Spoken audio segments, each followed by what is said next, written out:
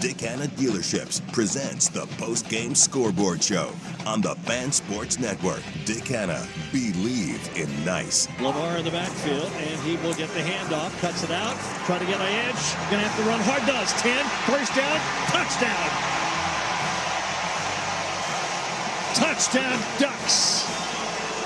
DeCorian Moore with a great block. A comprehensive recap of today's game with the players and coaches you want to hear from. Touchdown, Oregon! Up-to-the-minute traffic to get you home.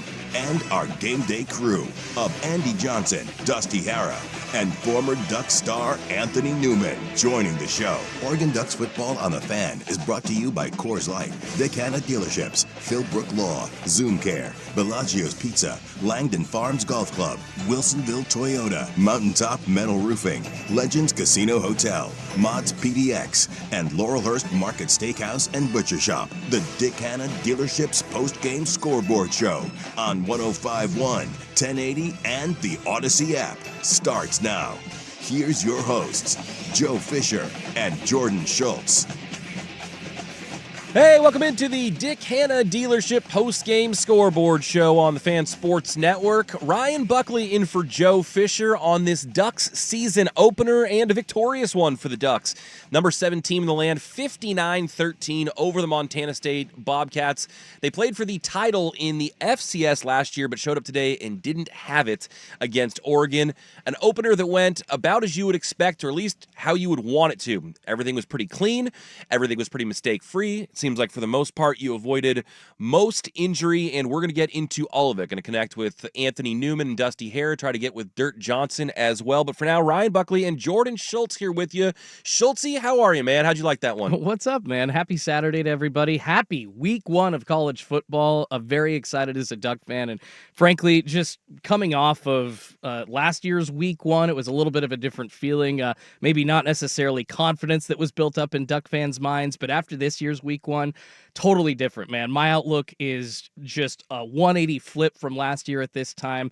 I think the Ducks are deep. I'm excited about what this team is bringing to the table, and I think we saw some flashes of a lot of different things today, Buck. Yeah, we're going to try to get into as much of it as possible, because this first game of the year is really kind of a fun one to do the post game for, because of the fact there are so many new faces to get to know, so many new players, either in new positions or playing with new teammates, whether it's via the transfer portal or guys who have moved around on the depth chart. There are a lot of new faces to get into, and we'll try to get into as many as possible. But you mentioned how the opener went last year against Idaho. That was, I wouldn't go as far as to say it was a scare, but Anthony Newman says all the time it's supposed to look a certain way against opponents like this. And last year against Idaho, it did not.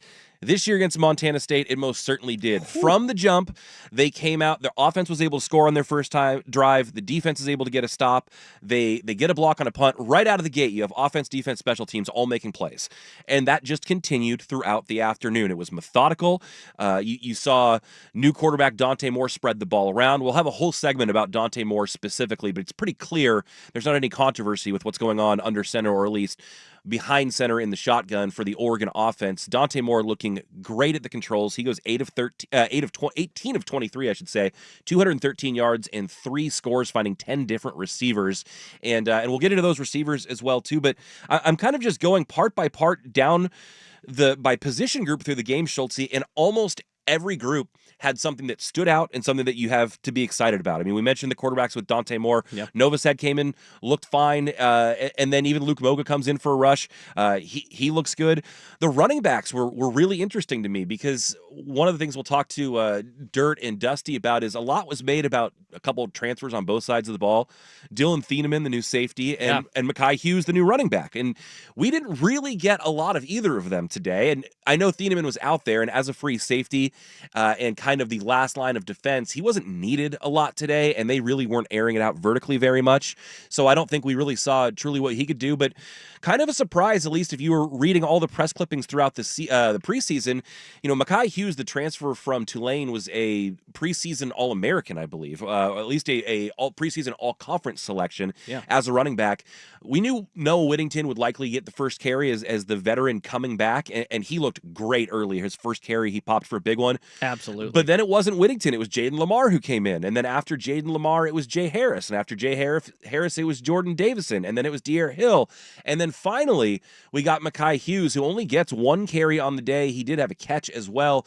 But 6 different running backs getting touches on the football. And I think having that depth is going to be big throughout the season. I don't know whether a guy like Hughes is expected to have a bigger role or not. Maybe he's just getting into the swing of things. But that was one of the more interesting things that jumped out from the preseason expectation to what we saw in game 1. Not like I thought we were going to see the guy go gangbusters, but also thought maybe he would be featured a little bit more. Yeah, I was wondering where Mekhi was as well. I was like, what, did he get suspended for like the first half or something? Because I don't think we saw him in the backfield until like late in the second quarter. It was pretty crazy to see the Ducks basically empty out their running back depth chart, maybe minus like Jay Harris or something in the third quarter. And speaking of Jay Harris, he, like Mekhi Hughes, had a catch out of the backfield, but Harris's was much bigger, 50 yards down the field, almost scored. And that's actually something that I think is going to be a focal point of their offense this year with Mekhi Hughes. Interested to see why they didn't use him as much, but I feel like what we saw in that play, 50 yards with Jaden Harris, is like a check down option for Dante Moore. That's what we're going to see with Mekhi Hughes. So whether or not it's him, whether or not it's Jay Harris or they keep Noah Whittington out there, the thing about Hughes is he brings that ability to give you that extra receiver option out of the backfield, and he's really good with contact off the first pop. So I'm assuming that we're going to see a lot more of that this year, and it's representative of what I think Oregon's going to be able to do going late into the season. We're seeing some new things from this offense that I don't think we're used to seeing in the last couple of years, Buck. Well, one thing we had seen, at least last season, was the hurdling of one Kenyon Sadiq. We saw it at the end of the season in the Big Ten championship game. And today, he starts out his Mackey campaign with a bang, just looking like a brick wall with a defender bouncing off of him and then rumbling into the end zone. We saw the freakish athleticism on display there. You know they're rock solid at the tight end position. I think we're going to see more depth come out of that spot later in the year. And then as far as the pass catchers are concerned, lots of different guys stepping up. They got DeCorian Moore the ball early. I know that everyone was excited to see what he could do, and even though he didn't, take the top off the defense or break a big one for a touchdown, I think we saw his athleticism right away, and we'll talk about it a little bit more later too. But maybe the play of the day for DeCorian Moore is pancaking a defensive back on a rushing touchdown. Yeah, seeing him step up as a blocker too, really encouraging from the freshman, and then the transfer Malik Benson from Florida State. I think you look around this receiver room and you're thinking, okay, no more Tez, no more Trayshawn Holden. What is this really going to look like? And obviously Evan Stewart out for the year or out for the foreseeable future.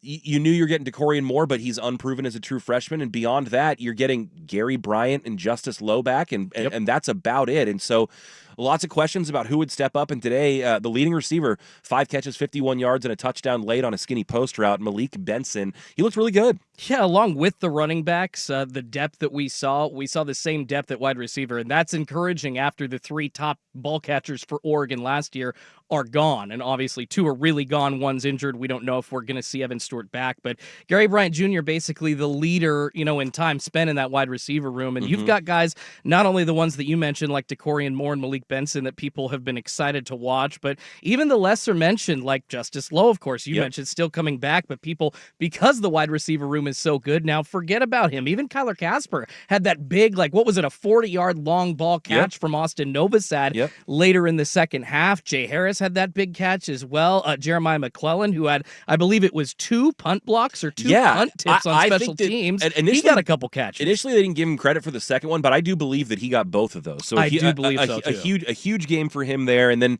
just wrapping up the offensive side of the ball, the offensive line, man, I know you got a lot of new parts there, and they didn't bust a ton of huge runs today, but man, there is so much beef on that line. I know you're lining up against Montana State, and that to a man, athlete wise, you may not be talking apples to apples here, but just even standing next to their own players, the left side of that line of World, Pregnon, and then Poncho Lulu in the middle, those guys are so big. And it looks like we'll talk to Dusty about this too, and we won't have a firm update, but it seems like they dodged a bullet with Emmanuel Pregnon, who got rolled up on early in the game, had to leave, went to the locker room, and then he did come back. But you just see the sheer mass that they have, and think once this unit really starts to gel, they're going to bully people. It just you can see it coming a mile away. And then you flip to the other side of the ball. Great day for the defensive line. I mean, and you would expect so. You'd expect your big boys making the push up front against an FCS opponent to have the battle won physicality wise, and it certainly was. But you saw it from some of your freaks. You saw Amari Washington with a massive game. He actually, as a D tackle, leads the team in tackles with 5 total. Also had a tackle and a half for loss. Tatum Tuioti also leading the team in tackles with 5. So those two dudes doing a lot up front, and then only 2 tackles on the day, but both of them sacks. Mateo Uyunglele getting into the backfield too. So the D line looking like they're not really going to miss a beat despite losing a little bit to the NFL draft. Linebackers didn't stand out to me especially today, but that could almost be like a good thing. If your linebackers aren't standing out, it's because you don't necessarily need to send them because you're getting a push from your front 4, and they're not getting carved up on defense. It felt like it was just a really solid day for them. And then back into the defense, lots of new bodies back there, including a couple true freshmen getting some reps at corner in Naeem Offord and Iffy Obidegu, I want to say. Yeah, Obidegu, that's right. You have more balls than me, my friend. I did not I want just to went for it, man. But But yeah, a couple true freshmen playing big reps at corner early in the game. So we've got all of that to get to and more. Of course, want to hear your thoughts on the fan text line. We're also up on the YouTube, but the fan text line, 503-864-6326. Going to get Anthony Newman on the line on the other side of this break to get his thoughts on the opener, what he wants to see them improve on, if anything, from weeks 1 to week 2, and how much more relief he has after this one compared to last season against Idaho. We'll talk to the former Duck Star coming up next on the Dick Hanna Dealership postgame scoreboard show on the Fan Sports Network. But first, we'll toss it over to Schultz, who has the traffic and the weather. Appreciate you, Buck. We're looking at some heavy drive times, of course, out of Eugene. Not surprising. I-5 North looking extra packed right as you get out of the city, and seeing at least an extra 20 minutes, maybe 30 up towards Coburg Road, of course, once you get north of there. Seems pretty clear. Seeing a smoky in the Corvallis area, so beware I-5 North. As you pass Corvallis approaching Albany after that, you might see a smoky or two. Now looking at the Ducks game day weather, a pretty nice one, 76 in Portland. The post-game forecast calling for a low of 60. Tomorrow, partly sunny with a high of 82. We're talking with Jim Fisher's daughters, Molly and Emily. So do I really need a calculator?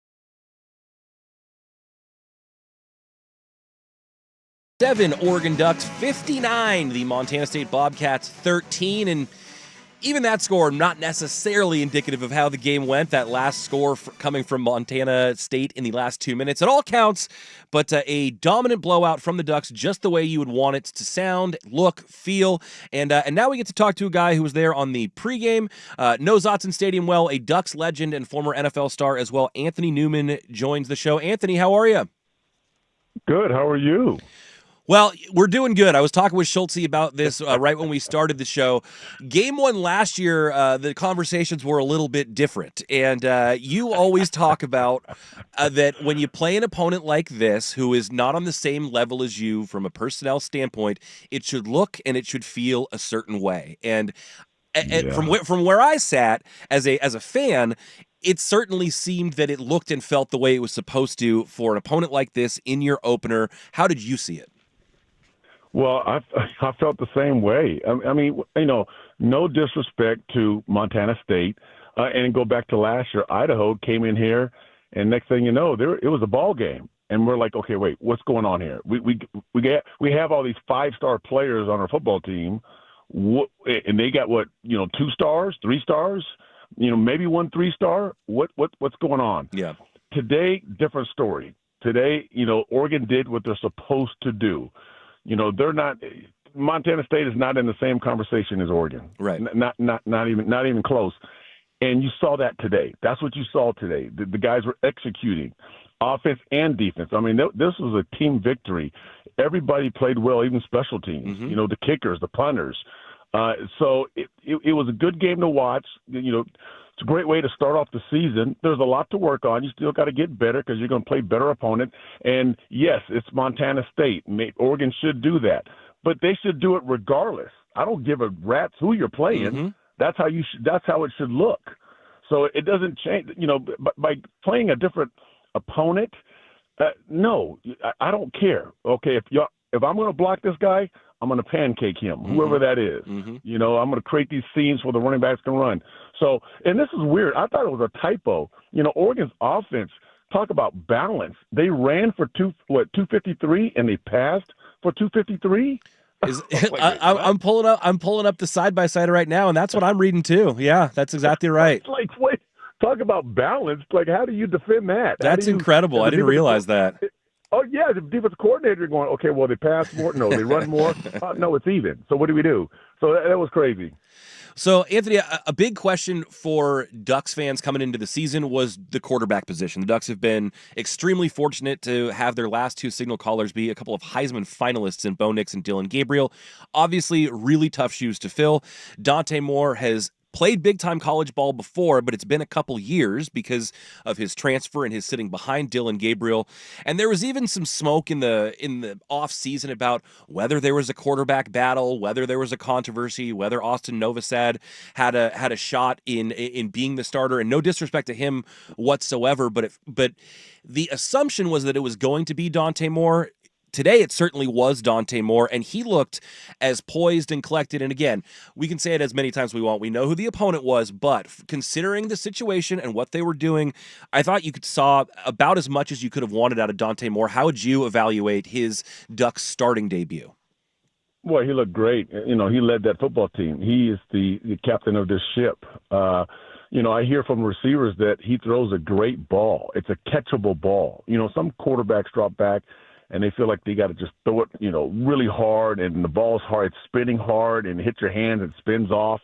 And the receivers say, no, they say, hey, he can throw a football hard, but it's catchable. Everything is catchable, and he can wing it. I mean, he has a strong arm. He has experience. But the difference with this team is that now he knows this is his offense. He knows that the coaches are going to him and talk about the situations. Hey, what do we need to do? What do you see? And also, I think he feels confident that he's not looking over his shoulder. If he has a bad game, he's not going to get pulled. He can make a mistake. So that's why he feels confident. And he's a good football player. He's a good quarterback, I should say. He can play quarterback. I mean, UCLA, they threw the young quarterback, into the wolves. I mean, come on. I mean, it was tough for him as a freshman. But now he's been in the system. He understands how it works. Everybody looks up to him, and he played well. He really did. Let's flip over. We're talking to Anthony Newman, the former Duck star and NFL safety. He was on the pregame show today down there at Autzen Stadium as well. Let's flip over to your side of the ball, the defense. And I thought that they were extremely solid and reliable all day long. It seemed like they didn't give up very much. There was nothing going over the top. Quarterback didn't have a lot of time to throw, and they held Montana State to 1.7 yards per carry. What stood out to you on that side of the ball from their effort, either personnel-wise or just collectively as a group? Well, when you look at the stats, you see the guys who had the most tackles. And this right now is a great stat. You have 2 defensive linemen leading the team in tackles. Amari Washington, and I think it was Tatum. And Tatum Tuioti, that's right, yeah. Yeah. So that was unreal. Also, you look at 7 tackles for loss. So Oregon's in their backfield. And then you add 3 sacks. So that's the defensive line. And what's going on there is these guys, most of the time defensive linemen don't get a lot of tackles, but they're shedding the block. They're getting rid of the block. They call it block destruction. Let me get rid of the blocker, and make a tackle on the ball carrier. And that is huge for a linebacker and for the secondary, because they're doing all the work. I'm thinking, okay, this is an easy day for me. When you have your DBs leading the team in tackles, then you got a problem, because that running back is getting to the second to the third level. The linebackers were kind of quiet. They didn't do a whole lot, but they didn't. The reason why, because they didn't have to, because the defensive line they played really good, to be honest. I mean, all of them. I mean, they were shifting guys, rotating guys in left and right, and every one of them was playing outstanding football. Anthony, can you dive a little bit into how the defense it looks almost less experienced than it actually is, because Oregon is replacing 18 starters on both sides of the ball coming into 2025. Yeah, they only returned 3 of the starters on defense, but they only brought in 2 transfers, looking at the list of starters on defense, in Bear Alexander and Dylan Thieneman to plug those holes. Everyone else on the roster starting on defense this year, Anthony, has had experience in this program. They're guys that got reps last year in games and have been with Oregon and understand the culture that they're trying to build. And I think that's a position that I don't think the defense has ever been in, or at least under Dan Lanning so far in his 4 years. Well, and here's another thing. Tosh LaFoy, the defense coordinator, he talks about our defense is simple. We want our kids to fly around. We don't want them to think. If they're starting to think too much, then they slow down. Now they become a deer in headlights, and now they're trying to figure out, wait, do I have this guy or do I have that guy? And the ball snap, and the guy that they have is running right past them. That's not happening. We didn't see any broken coverages today, did we? There was nothing. Nope. So the defense is simple, and when it's simple, okay, you understand it. When the ball snapped, you're rolling.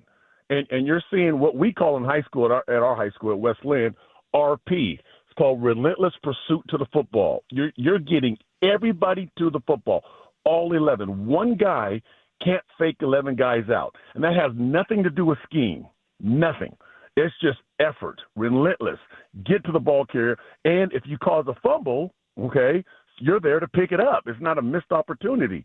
That's what I saw today. This team was flying around, linebackers, everybody. So if they did break tackles, he got to the second level, then the linebackers make tackles. If they got to the third level, DBs. But that didn't happen today. The D linemen were taking those running backs down. So I saw a lot of speed and quick decisions and playing fast. Yeah, Anthony, it really feels like all aspects of the game, offense, defense, and special teams, there was a lot to like today. But there's kind of an old adage in football that teams make their most growth or you see the most changes in a team between weeks 1 and weeks 2. Dan Lanning always talks about going back to the doctor after a win or loss and figuring out the things that you need to work on and improve on. If you're part of this coaching staff, as much as there was to like this week, where do you expect to see either changes or areas of focus going into this next game against Oklahoma State? Championship teams get better when they win football games, not when they lose football games. Because when you win a football game, you think you have arrived, and you haven't. You have a long ways to go. You have to get better. You know, the ceiling's really high. We got to climb that ladder to be the best. And so when you win a football game, you're like, oh, okay, great. You know, Yeah, that's good. A lot of times people say when you win, the mistakes are hidden. You don't find the mistakes when you win. So you have to find those mistakes. You have to correct yourself. And that's what Dan Lanning does a great job of, getting the kids ready to play at another level the next game. Hey, we were here against Montana State, but we can be better. And that's what you're going to see, for offense, for defense, for special teams, everyone on this football team, if you're playing on the scout team during practice, you have to get better. And that's championship football. Yeah, if we know anything about Dan Lanning, there won't be any resting on their laurels after week one. Anthony Newman, we always appreciate the time and the insights. You joining us here on the Dick Hanna Dealership Postgame Scoreboard Show on the Fan Sports Network. We'll talk to you again next week, and good luck to your Westland Lions. All right, thanks, guys. All right, take care, Anthony. Thanks, that is Anthony Newman, the former Ducks legend and NFL safety, joining us. You can hear him as well on the Ducks Game Day pregame show, and always with us here on the Dick Hanna Dealership postgame scoreboard show. We talked a little bit about it with Anthony. I want to talk about it more with you, Schultze. The Ducks starting debut of Dante Moore. Just about everything you could have wanted. We'll get into that a little bit next. But first, Schultze has the traffic and the weather.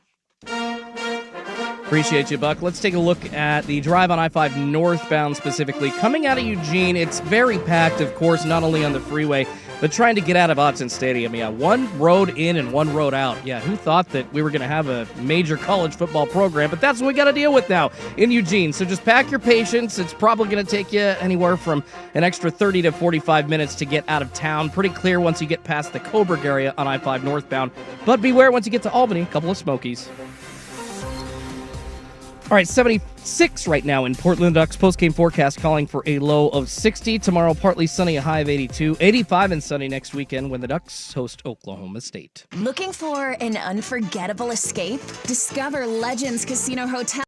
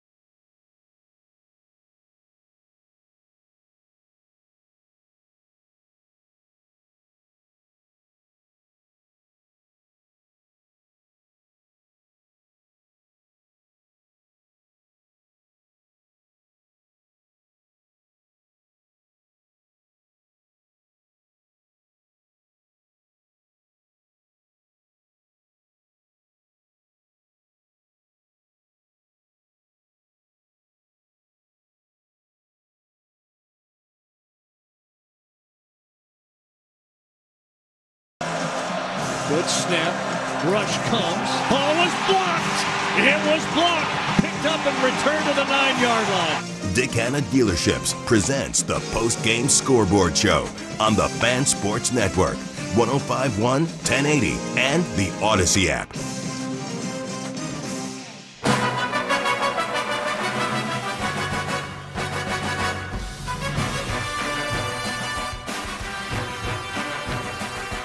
Welcome back to the Dick Hanna Dealership post-game scoreboard show on the Fan Sports Network. I heard the reset of the ESPN music. I'm like, wait, is there more voiceover guy coming here? I just wanted to keep the music going, baby. Hey, you're good. We're all in, it's the first game of the season for all of us, not just the players out there.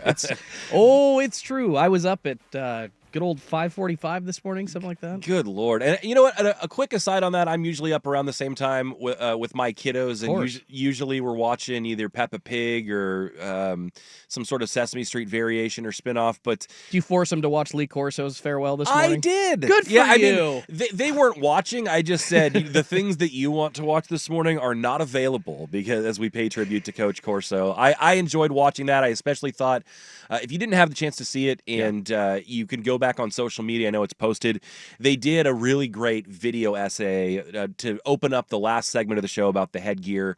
I think it was called Choices, and it was narrated by Herb Street, and it was just really the perfect send-off. I think he's been a little bit long in the tooth for a while now, and it was probably long past due for taking him off that show, but the way that they sent him out today was wonderful. I loved the way they sent him out. I will take the onus upon myself to leave whatever I'm doing 5 years before I think I should, because that's, I think, what Lee Corso's goodbye also reminded me of today. It is getting to a point where, like, people were starting to say how sad it was. But honestly, his farewell, made me sad all over again and made me remember the good old days of Lee Corso. Yeah, I want to say 29 years on that show, and it really says something that it's more known for his headgear pick than really anything else, despite being a phenomenal college football pregame show that is known nationwide. Oh, no, I'm a big Nooner fan, bro. And you know what? I will say this. A classy tip of the hat to Fox as well, knowing that it was the last Lee Corso headgear segment. Fox took ESPN's live feed for their pregame show to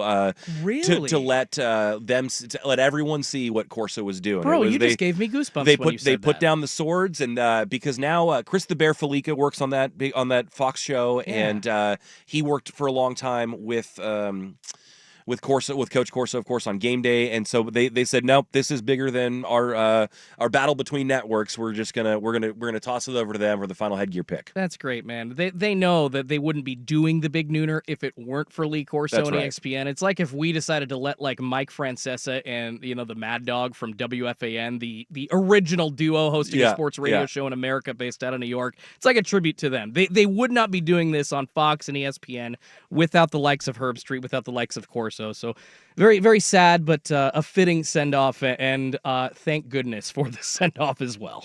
Well, let's get back to the game at hand, the one in Eugene today at Autzen Stadium. Number 7, Oregon, 59. The Montana State Bobcats, 13. And as I mentioned to Anthony, it might not have been that close because they punched that last one in the final 2 minutes.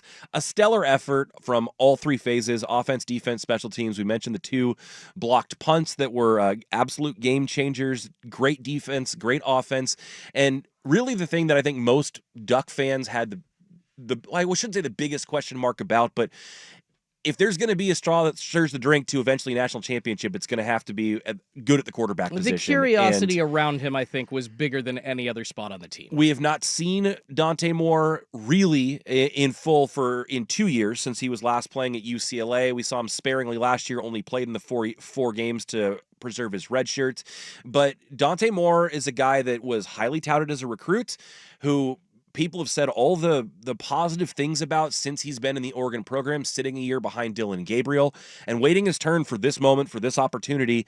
And he went out today and looked, I think if you were a fan that had any concerns about how good he would be, and granted, you are playing Montana State, but you didn't see any butterflies, any jitters. He looked like a kid who was calm, in control, like he'd been there before, and regardless of the opponent he was playing, he just looked like he knew what he was doing. He looked like he knew where his receivers were going to be. There were 3 things specifically that I wanted, like 3 moments from Dante Moore that I think to me kind of signal that he's going to be the guy that we want him to be. And the first one is on that first drive. He had a first down run that he was super fired up. Yes. And I don't need that juice from my quarterback all the time. And I really don't want him putting his head down and running over people very often.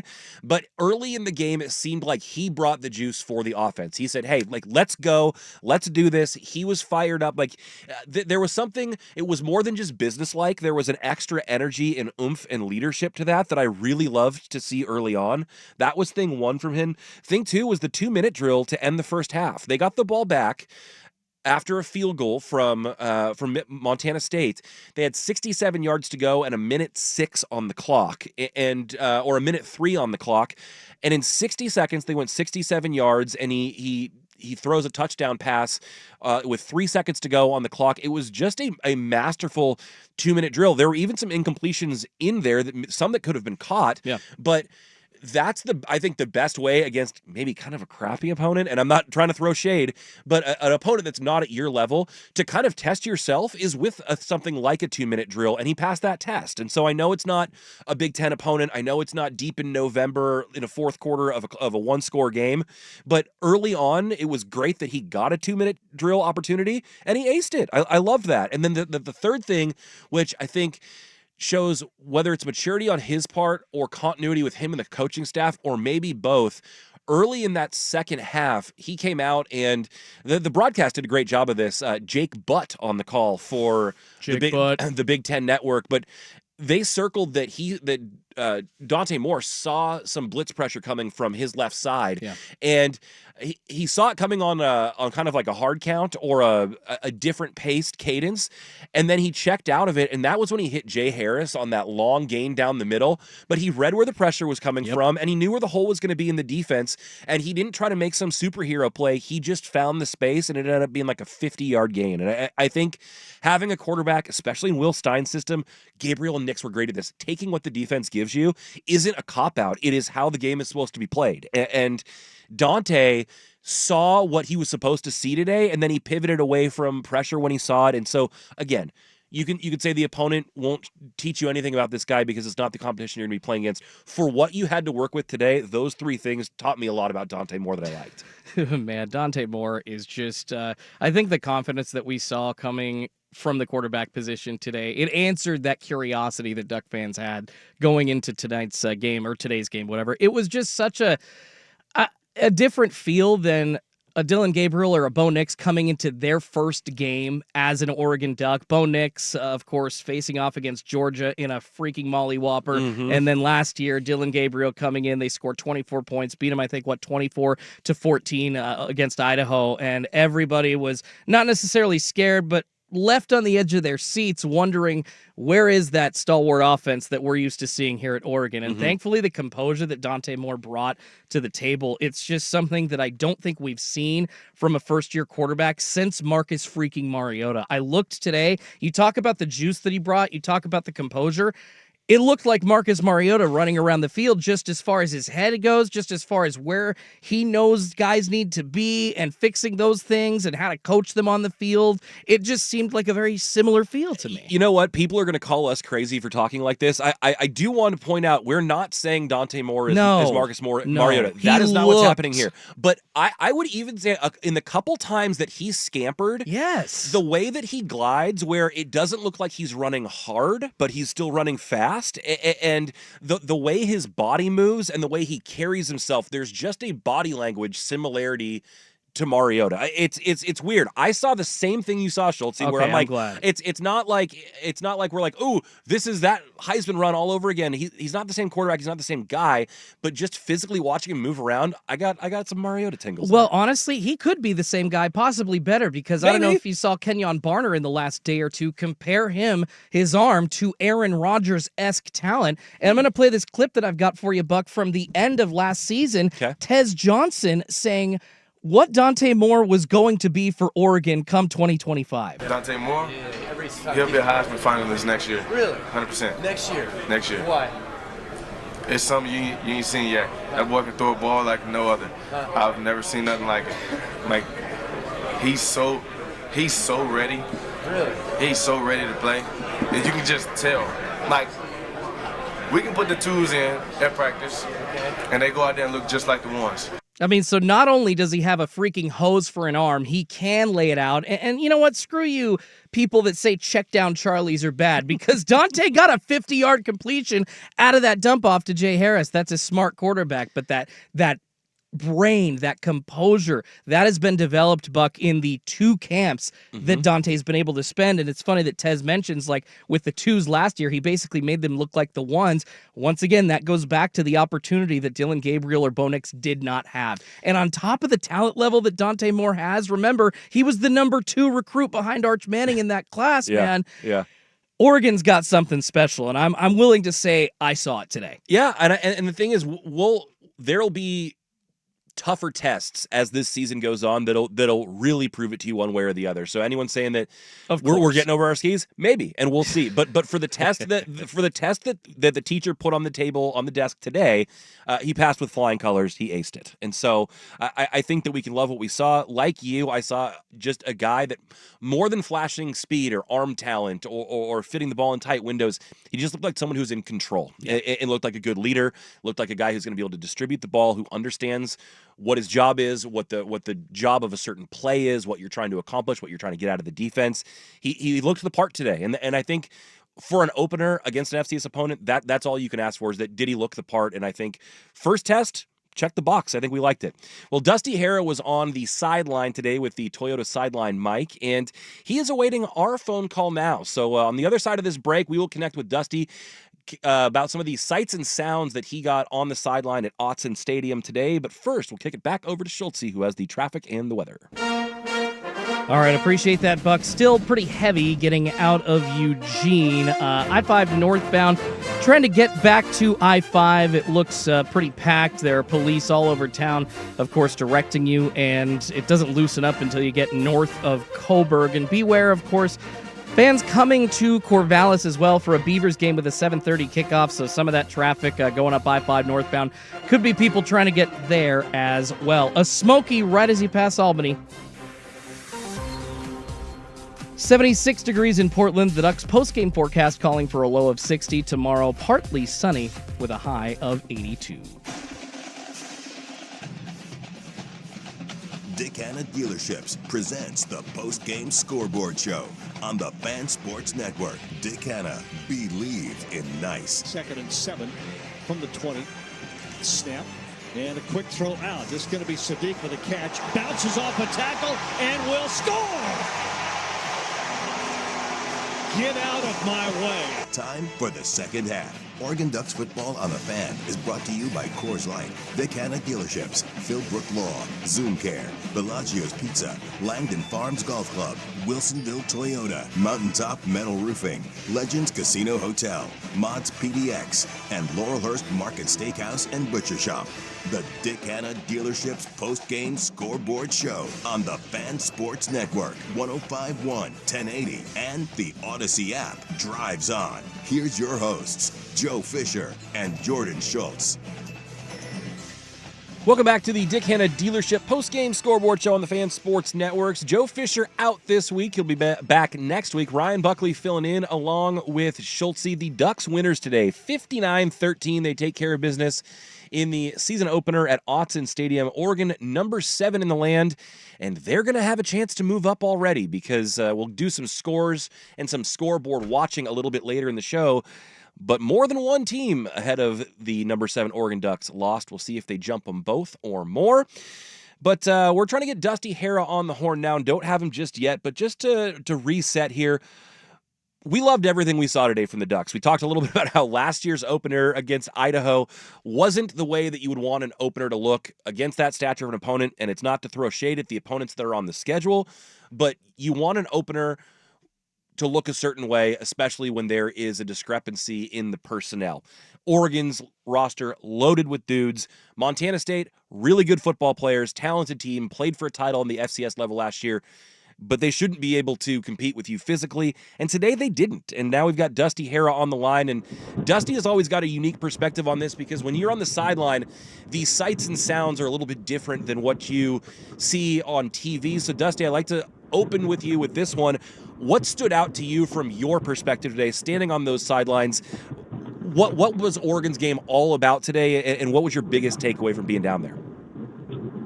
I think the biggest takeaway that I have is that this team has so much that I was just sitting there looking on the sideline.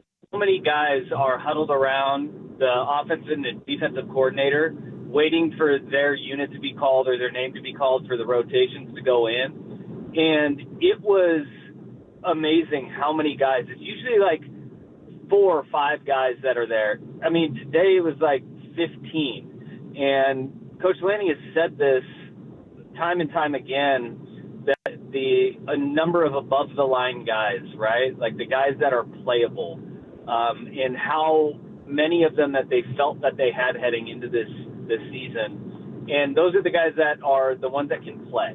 They are above the line of playable.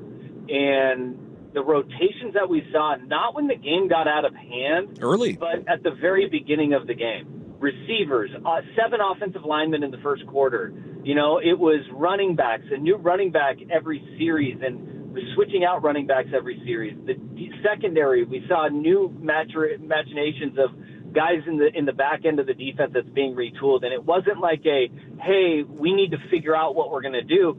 They all were playing really well. And that's just a sign of the depth that they felt comfortable with heading into week 1. Usually those sorts of things happen in week 2 and week 3 when you go, all right, this guy's not cutting it. We saw so many guys get playing time and meaningful snaps when the game wasn't in hand yet. I think that was the thing that stuck out to me the most. I looked at it at halftime. 60 different Ducks played in the first half of the football game. And that is unique to Dan Lanning, to Oregon, and really college football to have that many guys play snaps before the game gets out of hand. Hey, Dusty, I wanted to give you an opportunity to opine more on a guy that you kept mentioning during your sideline reports during the game, and that was new wide receiver, 5-star recruit Dante Moore. The blocks that he had today, including that one pancake on that huge play for Oregon, obviously set him apart as far as like wide receivers in the room with blocking skill. I feel like that they've had at Oregon, but everybody wanted to see like him catching big balls today. Not necessarily what we saw from him, but honestly, the blocking might be more important, and I just want to get into how important Dante Moore is going to be to this offense going forward, because it definitely looks like he can contribute in multiple ways. Having a young receiver that not just understands blocking but wants to block is such a sign of maturity, like football maturity, and what he understands is important to winning football. And to get that out of, an 18-year-old in his first collegiate game, I don't care who the opponent is, it's kind of that mindset and that mentality.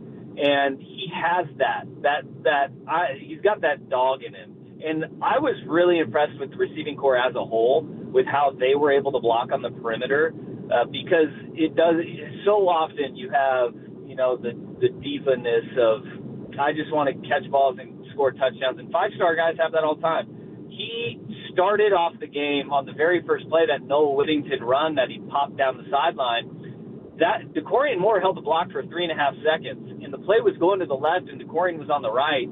And on the very first play of the game, he held that block for 3.5 seconds, and then Noah Whittington cut the ball all the way back across the field.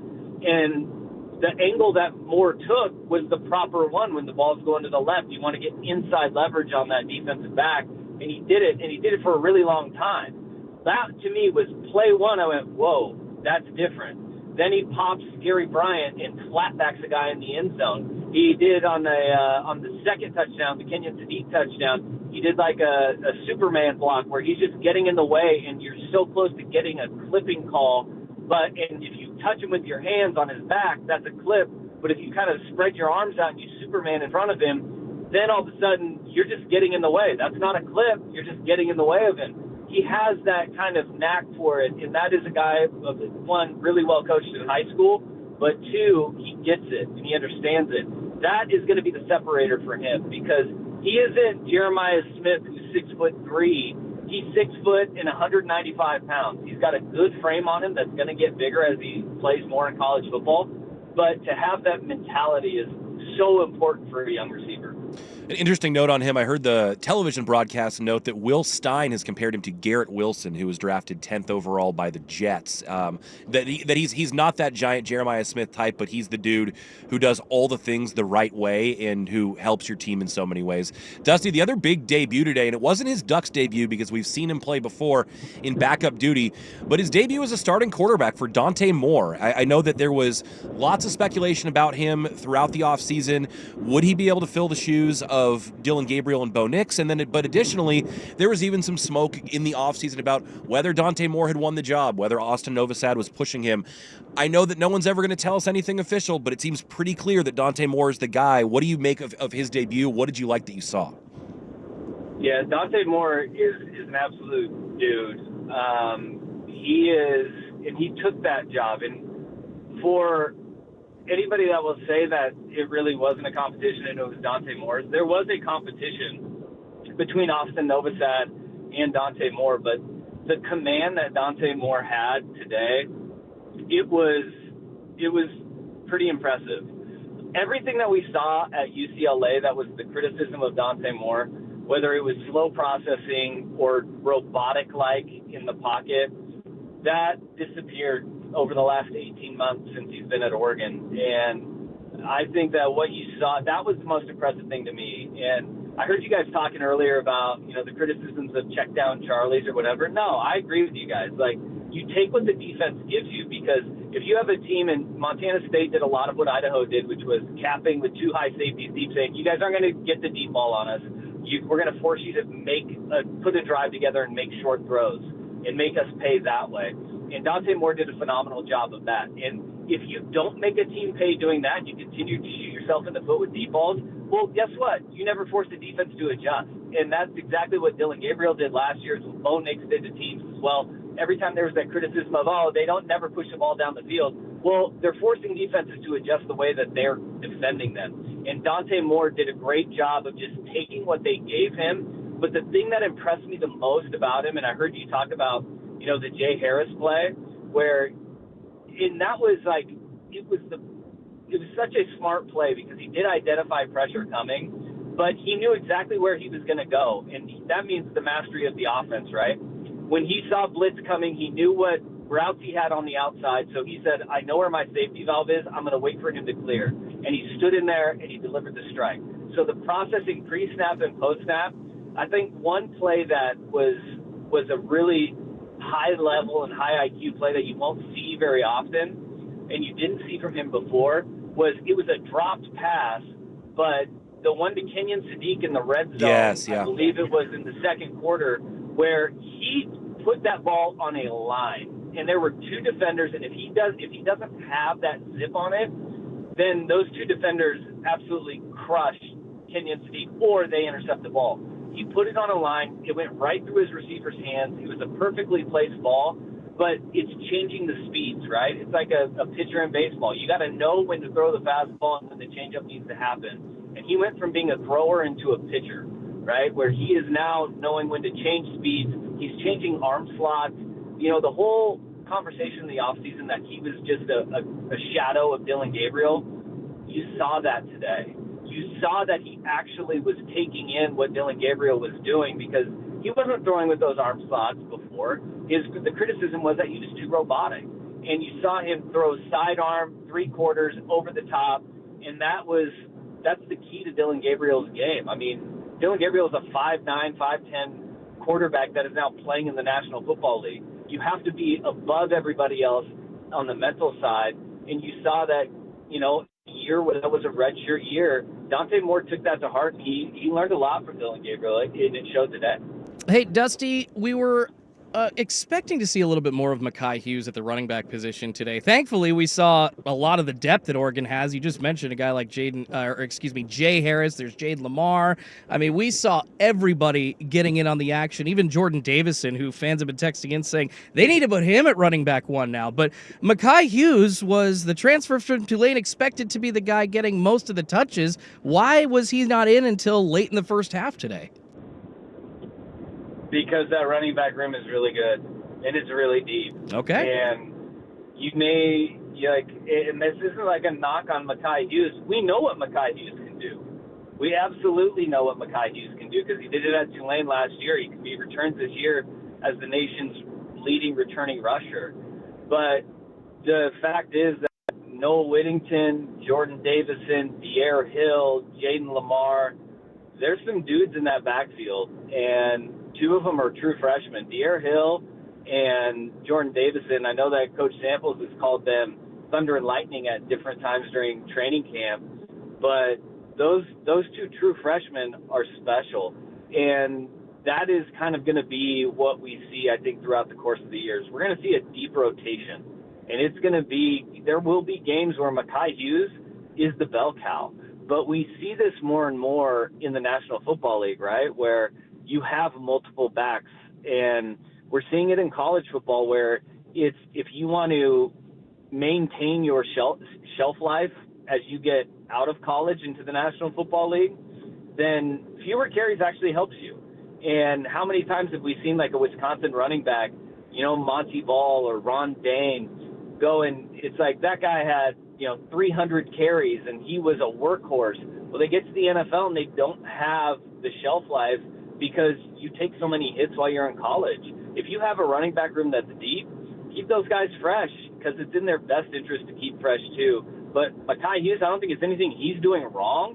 I think it's the depth of the room. It is 6 deep in that running back room because Dean Riggs, who got in late, Mekhi Hughes, who got in late, those guys are pretty dang special in their own rights, and they have a lot of guys with a lot of different skill sets. I think different defenses are going to get attacked by different backs in this room because there's quick, shifty guys. They're big bruising backs like Lamar and Jordan Davison. They've got a counterpunch to whatever defense they're going up against.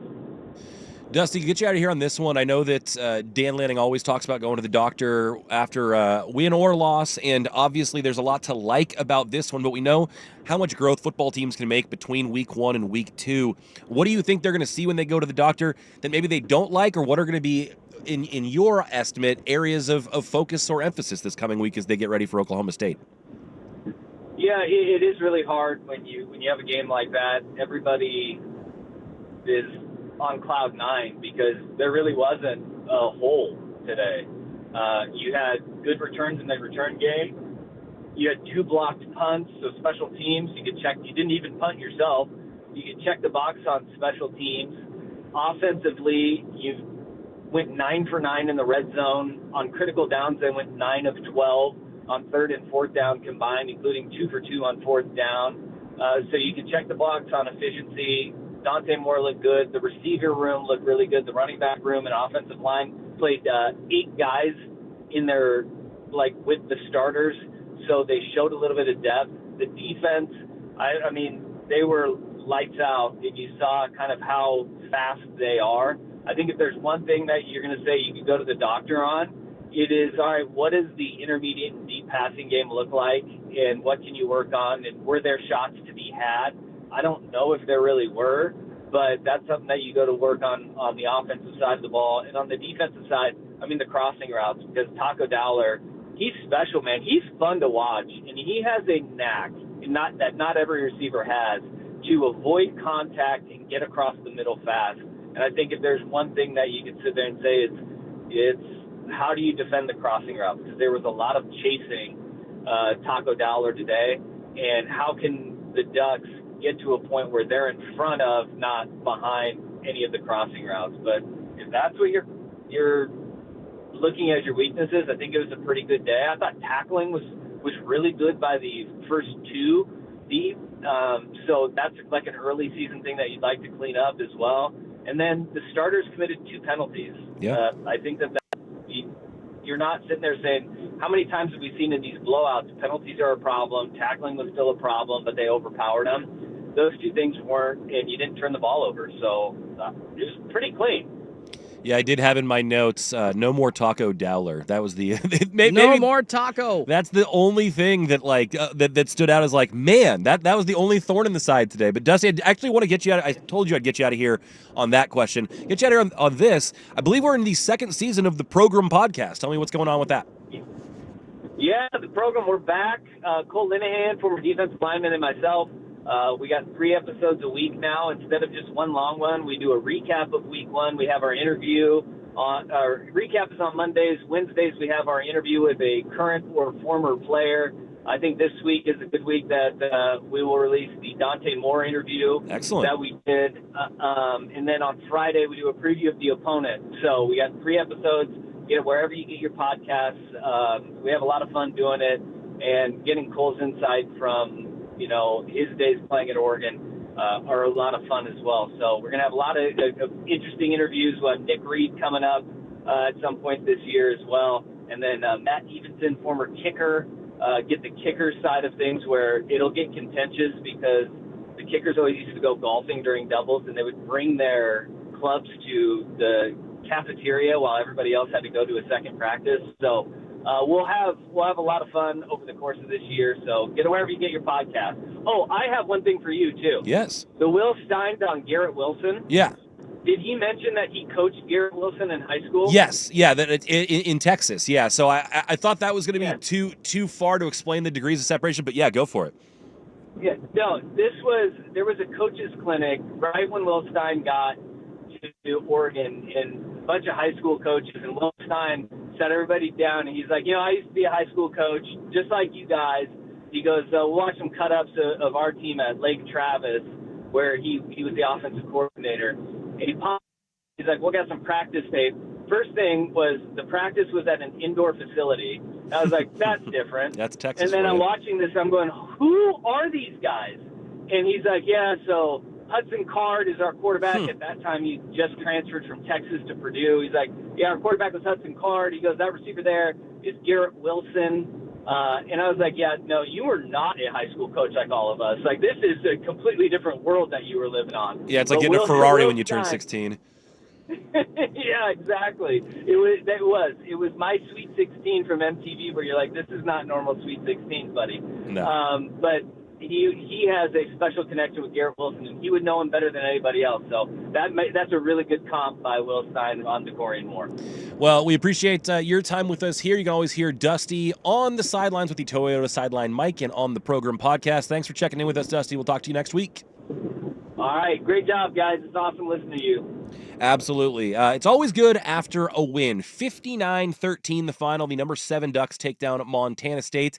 Some more to get into after this. Appreciate Dusty's time as always, but there were, and I know that this happens more and more now in the transfer portal era, so many new faces on this Ducks roster just to get familiar with. And I have a list about 12 deep of guys that I want to just pepper you with the name, Schulte, and get your first impressions of guys who are new or guys who are blossoming in new roles. And we will do that next on the Dick Hanna Dealership postgame scoreboard show on the Fan Sports Network. But first, I got to toss it to Schulte, who has the traffic and the weather. Appreciate you, Buck. Still heavy out of Eugene. I-5 northbound looking pretty packed, trying to get out of the immediate area around Autzen Stadium. But I-5 maybe starting to loosen up a little bit closer to Beltline, but really still not clearing until you get past Coburg. I-5 North does have a couple of smokies around the Albany area. If you're headed up to Portland, beware. Right now, 73 in Portland. The Ducks postgame forecast calling for a low of 60. Tomorrow, partly sunny and a high of 82. At Dick Hanna, we know that buying a car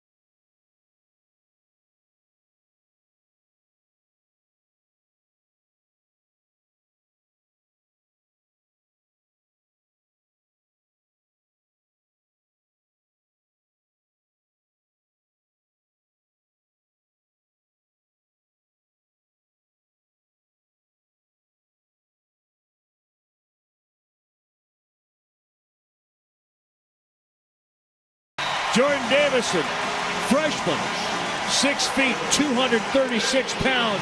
His first touchdown as a Duck. What a thrill that must be. Yeah, you're right, Jerry. The Dick Hanna Dealership's post-game scoreboard show drives on. This is the Fan Sports Network, 105.1, 1080, and the Odyssey app. Welcome back to the Dick Hanna Dealership postgame scoreboard show on the Fan Sports Network. Ryan Buckley, Jordan Schultz here with you after a 59-13 butt kicking. The number 7 Oregon Ducks take out Montana State in their opener. They will play Oklahoma State next week. And interesting note about that one, we'll talk about Oklahoma State a little bit later, but they may be a little short-handed, if you have seen. Ooh, yes. So we'll get to that coming up in a couple segments, but crazy thing in this transfer portal era, there's not a lot of continuity anymore. You don't see guys who come in as freshmen, stick around 3-4 years, and that is that's not the norm anymore. That's the outlier. And so it's always seeming to be more and more fresh faces. And when you have a top-tier program like in Oregon, you're going and getting some of the best players from other teams who weren't at that level. And that's something that the Oregon Ducks have been very good at recently. But whether it's through their own development of in their program, in recruiting, whether it's in the transfer portal, they are finding ways to put new guys in positions to succeed. And there are guys that I either hadn't thought about in a while or wasn't thinking that I was going to be talking about today that made an impact. And I want to start to just kind of go down the list and get your thoughts on some of them. And I'll start with your namesake, not Jordan Davison, but Jordan Davison. I love this. There's more Jordons out there. Jordan Hudson, Jordan Schultz, Jordan Davison. Sure. But okay, but let's talk about Jordan Davison, because I mean, I think if we talked about Mekhi Hughes being a surprise for not playing that much, he had to be the big surprise in the playing more and playing effectively department. Absolutely. He reminds me of that, really, really tough-nosed, big, strong, knock-you-over kind of running back at the goal line, Cyrus Ibilikio, that the Ducks had. Oh, yeah, that they would deploy. Yeah, they would deploy in certain situations. CHO. Sorry. Bro, just say it however you will. It's okay. I digress. No, but the certain situations that they can deploy different guys in, that's kind of what it seems to be with Jordan Davison. However, Davison is more talented than a Habibi Likio. He's actually got speed on top of that, and people already looking at his performance today stating, oh, man, he should be running back 1. He's a dude. No, they're not far off, so excited to see him, and that was a very shocking, but, oh, my goodness, it just makes the running back room deeper kind of performance. Yeah, the text line telling us Jordan Davison is Lendale White 2.0. He needs at least 10 to 15 carries per night. I don't hate that, and we'll see in Will Stein's offense. I like the point that Dusty made, too, about when you have that much depth and that many playable guys, you really can keep people fresh. Yes. And I think, especially in the running back room. Well, and I think early in the season, that may mean that you don't see a bunch of 150, 200-yard performances from guys like Noah Whittington or Mekhi Hughes or Jordan Davison if they were to get more run. Maybe you're only seeing guys with 6, 8, 10 carries in a game, but they're fresh, and down the stretch when you need them in November, December, they're still ready to go. Yeah, there is one stat, but coming off of last season, the Ducks in 2024 were only 72nd in rushing yards per game at 158 or just under that. That's one thing coming into this year I would like to see them lean a bit more on. I feel like Dante Moore is going to run the ball more, but to kind of give you that other look, he's going to be thrown over the top with his hose that he's got.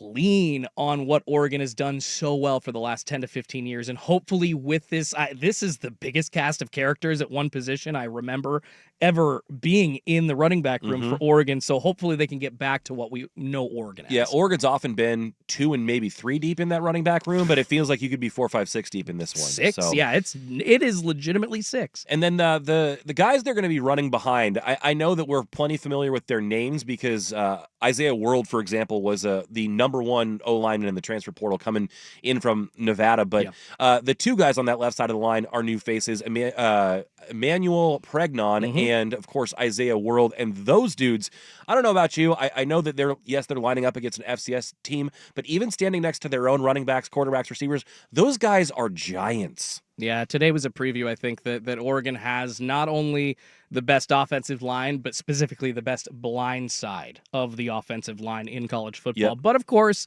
we need to see a more formidable opponent.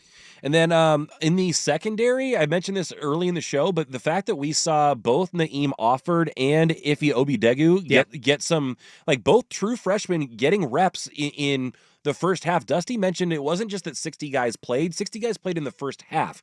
Yeah. Meaningful reps, meaningful football. And if there's anything we know about Dan Lanning, he likes to push guys with competition. And he says, listen, if you don't want to compete, this is not the place for you. Like, no one comes in and just gets a job and keeps it. If a guy can play, it doesn't matter if he's 18 years old and just got there. He's going to go out there and see the field. And he did here too, or those guys did in this case. And then additionally, I had kind of forgotten him in just not even the hierarchy, but when you talk about the shuffle of the wide receivers, I'm thinking about Decorian Moore on the year. I'm thinking of Justice Lowe coming back. I'm thinking of Gary Bryant, kind of the veteran elder statesman in the room. I had lost sight of the Malik Benson acquisition, getting him from Florida State out of the transfer portal, and he ends up being your most productive receiver today. What did you like about Malik? I mean, just the fact that he runs his routes really well, but he seems to know where the ball is. He's one of those receivers that just has a nose for catching the ball and getting involved. And that's actually something that I don't think a lot of people expected after seeing, kind of a lack of usage at Florida State. But man, just continues, maybe not as deep as the running back room, but just adds to a wide receiver room that people had a lot of questions about. So I really didn't know what to expect from him, but thankfully, happily surprised. And I think he's going to be, he could have 3 100-yard receiving games for Oregon this season. The thing is, to me, I knew that they would probably have something special in Decorian Moore, but you never know how long it's going to take to really get going. And having one in an offense in today's day and age just isn't enough because teams can figure out a way to stop one guy. And yes, you've got a Kenyon Sadiq who can do a lot of different things, but I was really wondering who is going to be that wide receiver 2 who steps up as a really reliable one, the Trayshawn Holden or Evan Stewart to your Tez Johnson. Yeah. And I'm not reducing Malik Benson. He was the lead receiver today, so I'm not reducing him to a wide receiver 2, but it's nice to feel like right out of the gate there might be a guy that Dante Moore can trust. Yeah, he was expected to be like wide receiver 4 or a bit deeper in the depth chart. So another new name, and on the freak list of Bruce Feldman, Amari Washington. This just coming in on the text line, 864-6326. That's 503-864-6326 if you're texting us. On your way back from Autzen Stadium, would love to hear your thoughts from the game, what you saw, how it all looked. But we knew Amari Washington was on this freak list, and I feel like he was not a guy who, just from a football perspective, anyone was really talking about being a really high-impact guy this year. Yeah. But, boy, you saw him come in and make a difference. Anthony Newman referenced it. He leads the team in tackles from the defensive tackle spot, which is almost unheard of. This texter saying looks like he wants to be a top 15 pick in the draft. I mean, Amari Washington, guys like Aaron Flowers, Jerry Mixon, Jaleel Florence, who were all here last year, I feel like they all represent what Amari Washington does, and that's kind of why I was asking Anthony about, the lack of talent people thought that Oregon had because so many starters needed to be replaced. But remember, a lot of these guys like Amari were in the program and have been, with just waiting for their shot. Yeah, it's like they've wanted to be coached hard, and they are in that culture that Tosh Lapointe and Dan Lanning have set so well. So it's just encouraging to see not an entire replacement like of a hockey line, but guys that have been in the system now getting, and you saw Jerry Mixon having a good day too, just getting to show what they can do, because in college football, there's sometimes a wait of 1 or 2 years for these guys.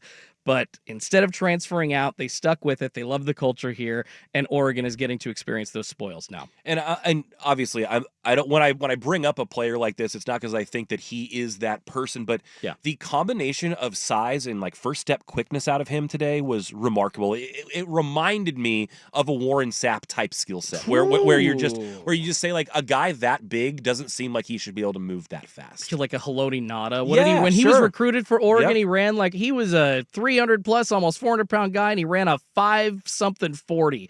Yeah, Amari is that fast. And then you pair him with Uiagalelei. I think their defensive line is looking to be one of the top 20 fronts in college football. Maybe not as good as the SEC, but it's up there. Well, when we talked to Dan Lanning earlier in the week on Primetime, he says it's always about us. We asked him about the first week of the season. He said more than any week, it's about us. And so I want to hear what Dan Lanning had to say about how he thought week 1 went. Dusty Hara caught up with him after the game on the Toyota sideline mic, and we'll hear from Dan Lanning on the other side of this break. You're listening to the Dick Hanna Dealership Postgame Scoreboard Show on the Fan Sports Network. Here is Schultze with the traffic and the weather. Appreciate it, Buck. Still looking kind of heavy coming out of Eugene. I do see a bit of lightening up, though, on I-5 North. That is because the traffic is moving up towards Albany, so beware. You're still looking at maybe 20 extra minutes out of Eugene, but it is getting a lot better. But there are still some smokies on I-5 North, namely around the Albany area, where some of that slowing has moved up to. 73 right now in Portland. The Ducks postgame forecast calling for a low of 60 tomorrow, partly sunny and a high of 82. Coors Light presents To Chill or Not to Chill, when your friend skips your favorite song on the playlist.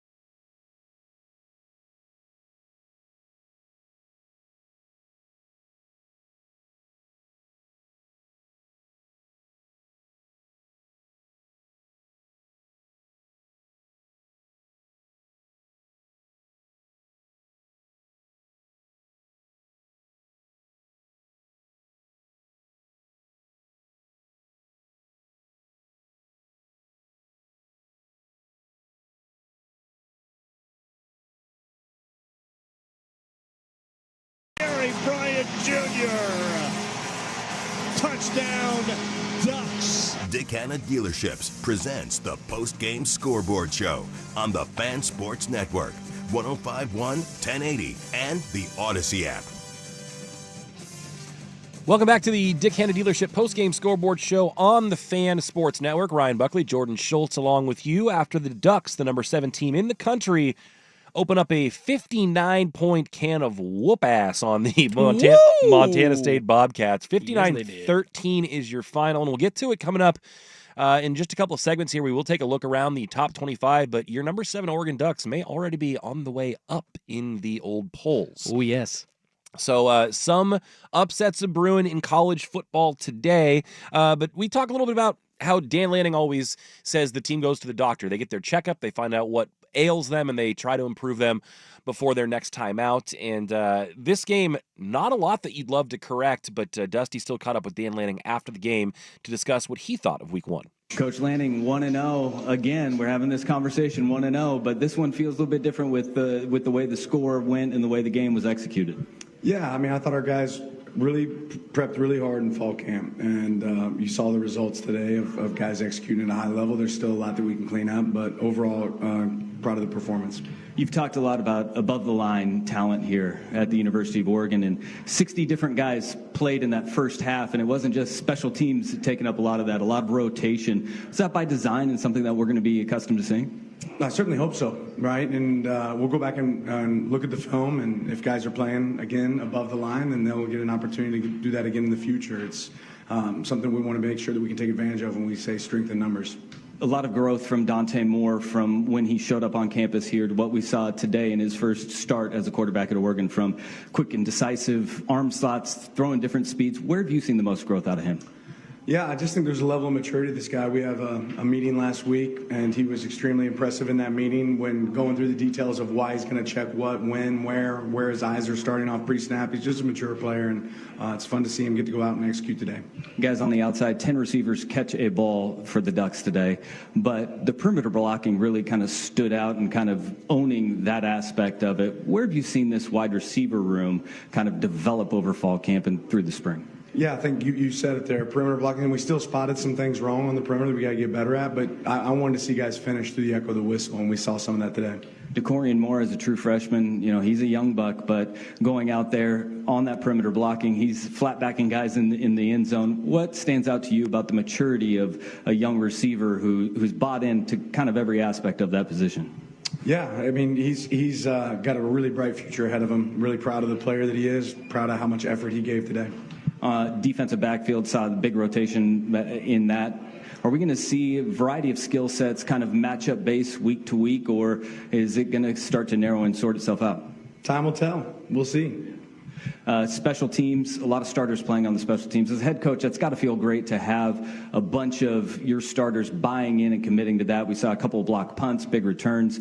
As a head coach, how does that make you feel that those starters buy in and sell out on that aspect of the game? Yeah, I think the best players got to play special teams, right? It's an important part of the game. Everybody says it's a third of the game. It's not quite a third, but every one of them's for a lot of yards, and that part matters. Going to the doctor tomorrow, and then we'll see you next week against Oklahoma State. Congratulations, Coach. Absolutely. Thank you. A very happy Coach Dan Lanning, also still a coy and cagey Coach Dan Lanning, who never gives up too much information, but you can tell it was a good one, Week 1 for the Ducks. 59-13 the final.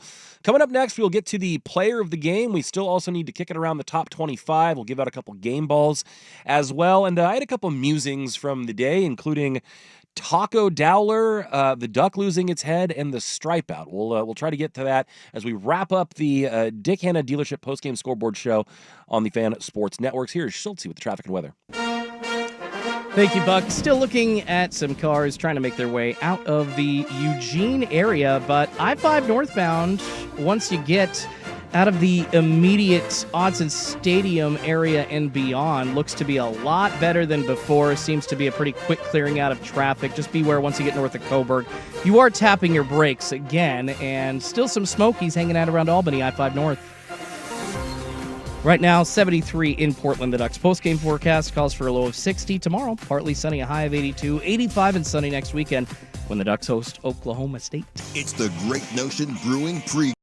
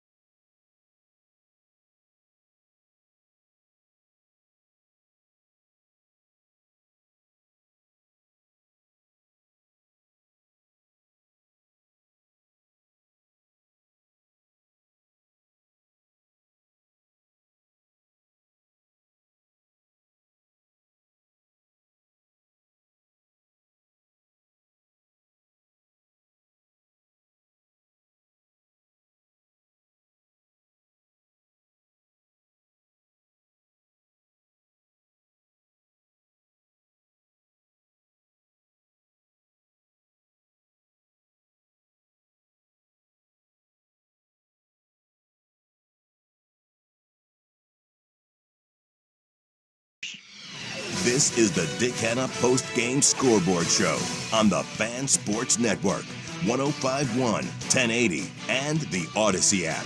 Time now for the Mountaintop Metal Roofing Player of the Game. Mackay Hughes in the backfield with 8 seconds left on third down. Snapping back to throw. Over the middle, end zone. Got him!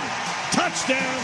Malik Benson with 3 seconds left in the half. Was that a dart or what?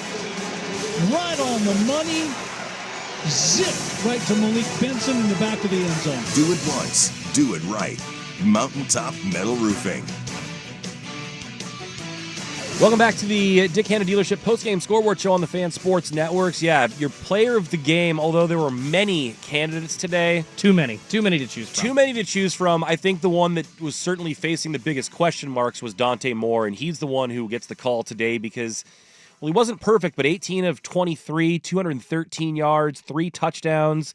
And let's see, another 18 yards on the ground as well, including picking up a big first down on their first drive. A really nice debut, or starting debut, I should say, for Dante Moore. Excited. Finally, we have a quarterback that's been in the program for multiple camps coming in. It's not just a try and plug it in replacement. And frankly, I'm excited to see where this position can grow to with Dante Moore. We saw, I was asking before today's game, a little sprinkling of that Heisman possibility that we've been hearing about with him, and I think we saw that possible Heisman sprinkling. It wasn't a crazy day for him, but those 3 touchdowns looked good, and yet you brought up that run, Buck, that he got that first down in the first quarter on, and damn, he looked fired up. And frankly, he looked more fired up week 1 than Bo Nix or Dylan Gabriel did for the Ducks, so that excites me as well. Yeah, bringing a little extra juice, and I think the exciting part about Dante Moore, too, is you know that in a game like this that Will Stein is trying, and Dan Lanning for that matter, are trying to keep this as vanilla and as simple as they possibly can. They're trying to let their athleticism and their physicality win out. My guy beats your guy, and we get the victory. So they're really not opening up the playbook a lot. They're not showing a lot. As Dusty mentioned when we talked to him, maybe the one area you hope to see a little bit more is there didn't seem to be as many intermediate and deep ball passes. You didn't really need to today, and that's totally fine. I don't think that they were looking for that. I don't know that they were scheming that. No, but we saw one. Honestly, that was enough for me. It's like, okay, nice. That big one to, I think it was Bryant Jr. down there. Or no, not Bryant. Tyler Casper. Thank you. Well, that was from Austin Novosad. Oh, you're right. There was another one in the first half, and I'm like, okay, hey, we saw a big one from Dante. I'm good. Yeah, and I think all I'm saying there is that it seems like there is, despite a great first start, it seems like there's so much more that he can still do. And I think the ceiling is very high for him, for the team, for the offense. I'm excited. Absolutely. I think that he's got more weapons than he's ever thought he would have to work with. And this offensive line that he's going to be behind, just that extra time he's going to have to throw compared to when he was at UCLA, hell, that'll put him in the Heisman conversation. A taco and a wardrobe malfunction. Things that we saw at Autzen Stadium today. Coming up next after Schultze with the traffic and the weather. Thanks, Buck. Let's take a look at the loosening drive around Eugene. I-5 northbound starting to look a lot better. Getting up towards Coburg, actually seeing almost no delays now. I'm assuming, though, there are still some cars tapping their brakes through that area. A lot of the slowing, I-5 north has made its way up to Albany. There's a couple of Smokies there. If you're coming up to Portland, beware. I-5 near Brooks, a couple of Smokies in that area also. Right now, 72 in Portland. The Ducks postgame forecast calls for a low of 60. Tomorrow, partly sunny, a high of 82. Isaac Ropp, Langdon Farms has been my home golf course since the year 2000. One of the many reasons I've always loved it is their team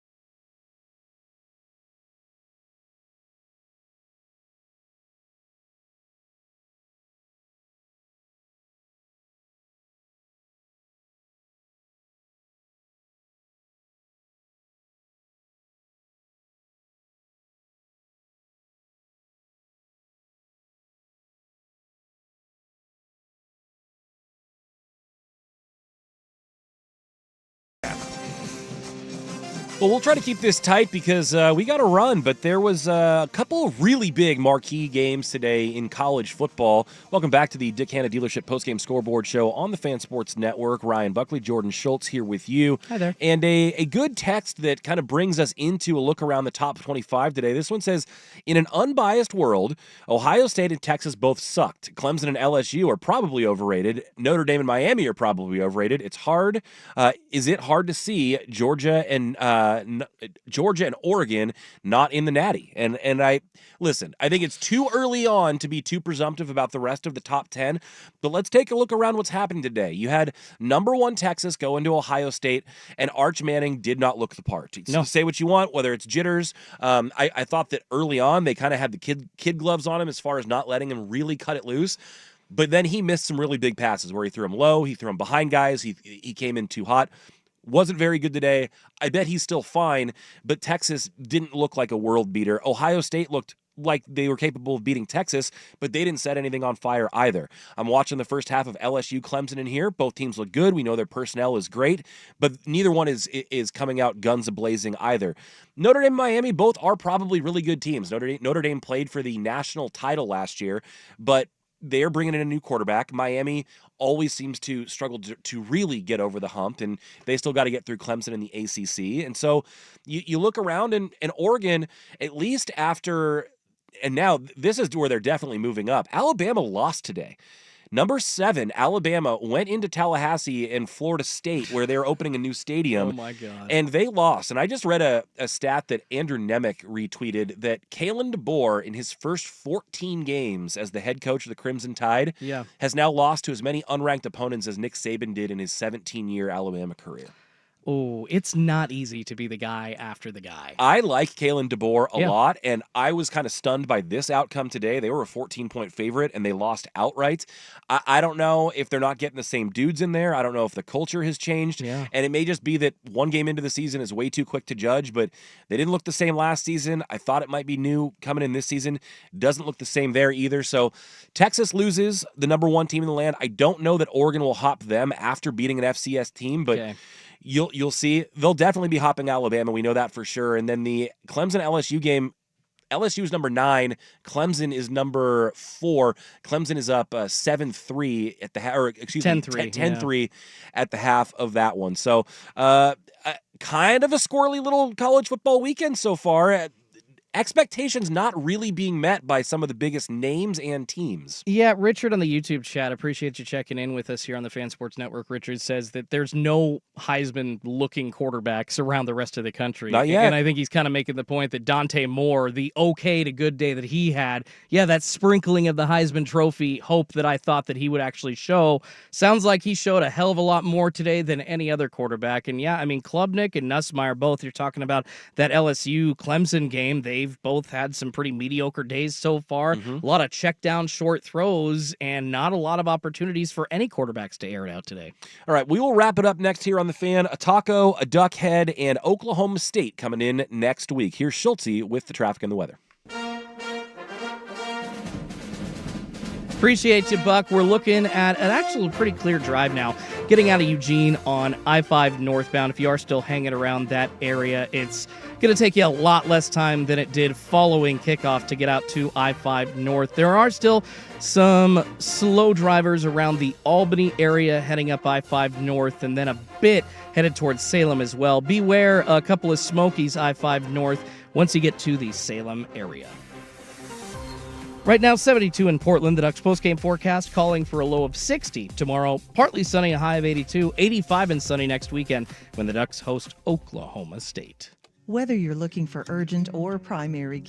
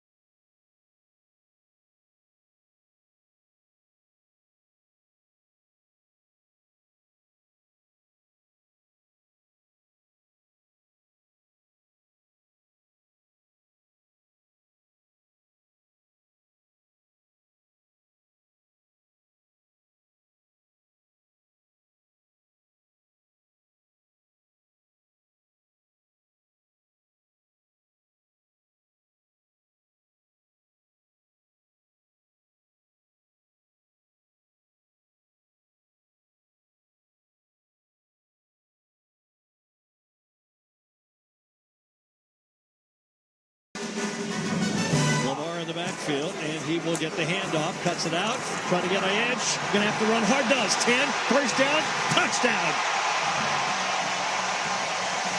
Touchdown, Ducks.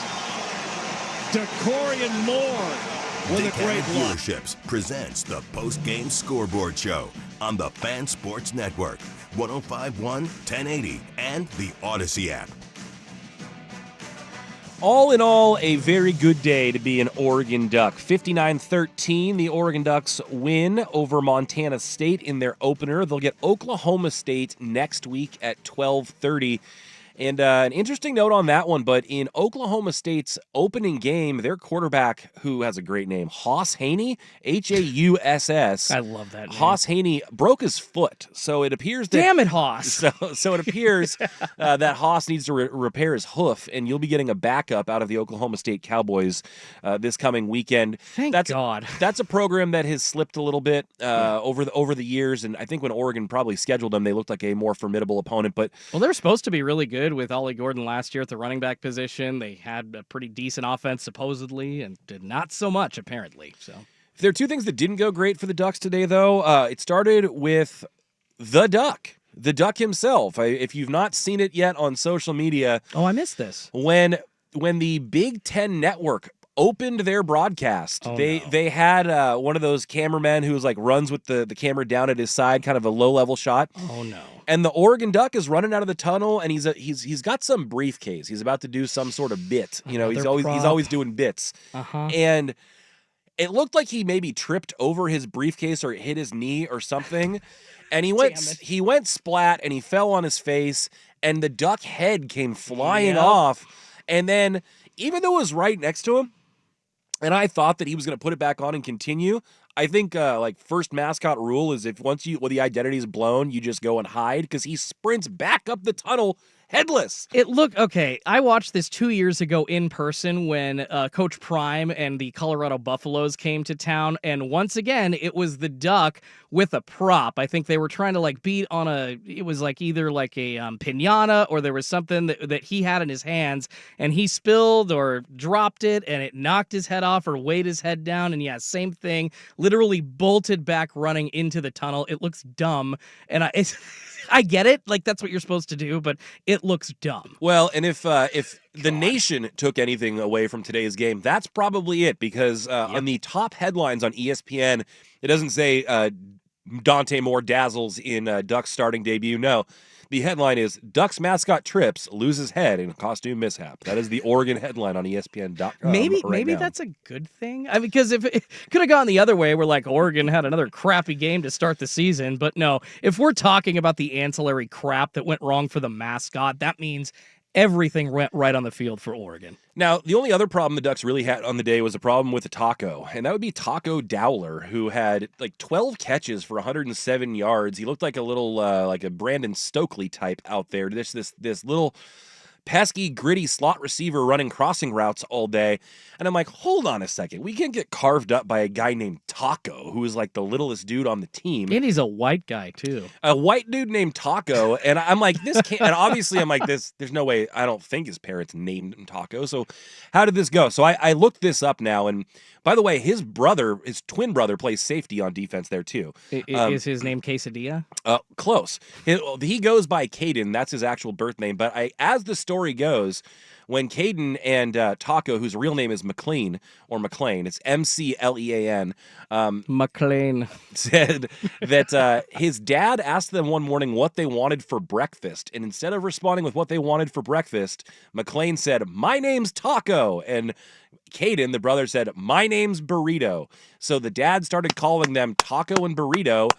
And Burrito did not stick, but Taco lasted forever. So, damn. Well, Taco on offense and Burrito on defense actually works, so I wish both of them stuck. I did too, but I guess Burrito just not as catchy, because Taco says less than 5% of the people who know me actually know that McLean is my real name, and it's just Taco for everybody else. He's gonna get married. It's like a Magic Johnson situation. No, seriously. It's Irvin, but no, on your sports card and everything, on the media guide, you go in as Taco. No, 10 years into his marriage, his wife will be like, that's not your name? What? And then the other thing today, somebody mentioned this on the text line. It said, can we please have the Ducks wear those traditional green and yellow more this season?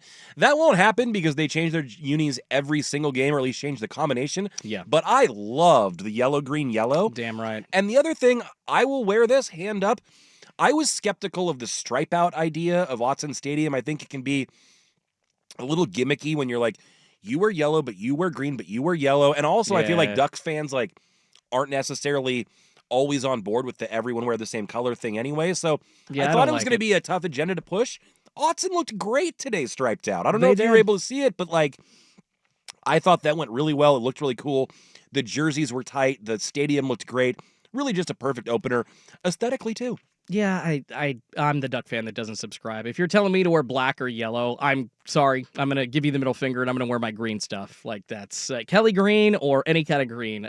Frankly, I'd wear white Duck stuff before I wore yellow or black stuff. Well, let's give out a couple game balls, Schulte. Many people to choose from. We already know that Dante Moore was our player of the game. But if you had to give game ball to somebody else, doesn't have to be somebody who blew up in the box score, but just what you liked from what you saw today out of the Ducks, who's it going to be? I mean, can we give out an NHL 3 stars? I feel like you could. We have that many great performers today, but I wanted to go with Noah Whittington. He really established the early running game. Tone setter, absolutely. For Oregon, and gave me hope that they could push that number up from 70-something in the nation in rushing last year to maybe vault them into the top 20 where I feel like they should be. But I got to go with Mateo Uiagalelei. Yeah. 2 sacks on the day. He really shows what that defensive line can do, and he's one of the 3 leaders coming back, and it's just nice to see the consistency. I don't usually use that word when it comes to sports because if you're not consistent, you're just bad. You are there to be consistent, but that is literally what Mateo is showing up to be. It is exciting to see the Ducks with the leader that he has become. It's just a huge season, I think, upcoming for this Oregon defense. So Uiagalelei, the 2 sacks, he's my player of the game. Do you see what his dad, Big Dave, who is very active on Twitter, calls him, nickname, Mateo, for Mateo? No, please lay it on me because it's probably easier to say than Mateo. Yeah, that would be Young Concrete. Young Concrete? Let's go. That's what he refers to Mateo as, Young Concrete. Well, Young Concrete gets my game ball today. And I'm going to go, I guess, if you're on the defensive side of the ball, I'm going to kill 2 birds with 1 stone. It's really a special teams game ball, but the guy plays offense too. Unsung hero today, maybe Jeremiah McClellan, blocking 2 punts. Special teams isn't always as important as offense and defense, but if it's played well, it can be. Yeah. And they had that, there was a formation penalty on Montana State earlier in this game. The Ducks had the option to add 5 yards to the end of the kick, which was a pretty good kick that was well covered, or to make him kick it again. They made him kick it again, and Jeremiah McClellan, for the second time, made him pay. That set up another score for them. And when you have guys like that, Jeremiah McClellan went out and caught a ball today, too. He got for a first down. Contributing on offense and making an even bigger impact on special teams, he gets my game ball today. Hell yeah, man. You heard Dusty Harris say it earlier in the program. Go back and listen to it on the YouTube, that this is possibly the deepest roster that Oregon has had in program history. More playable players. Dan Lanning saying that even with last year's team and the 10 guys they lost to the NFL, which is shocking in the world of NIL, that they might have more winning football players on this roster than they did last year, which is really saying something about what they're building there in Eugene. Maybe Oregon's the Alabama of 2025, baby. Let's see. It is a good day to be a Duck. The opener, 59-13. The Ducks win. Number 7 team in the land, sure to move up. We will see you again next week for Ducks programming when Oklahoma State comes to town. Thank you for listening to the Dick Hanna Dealership Postgame Scoreboard Show on the Fan Sports Network. I'm Ryan Buckley. He's Jordan Schultz. Thanks to Anthony Newman and Dusty Hara as well. Have a good night, and go Ducks, everybody.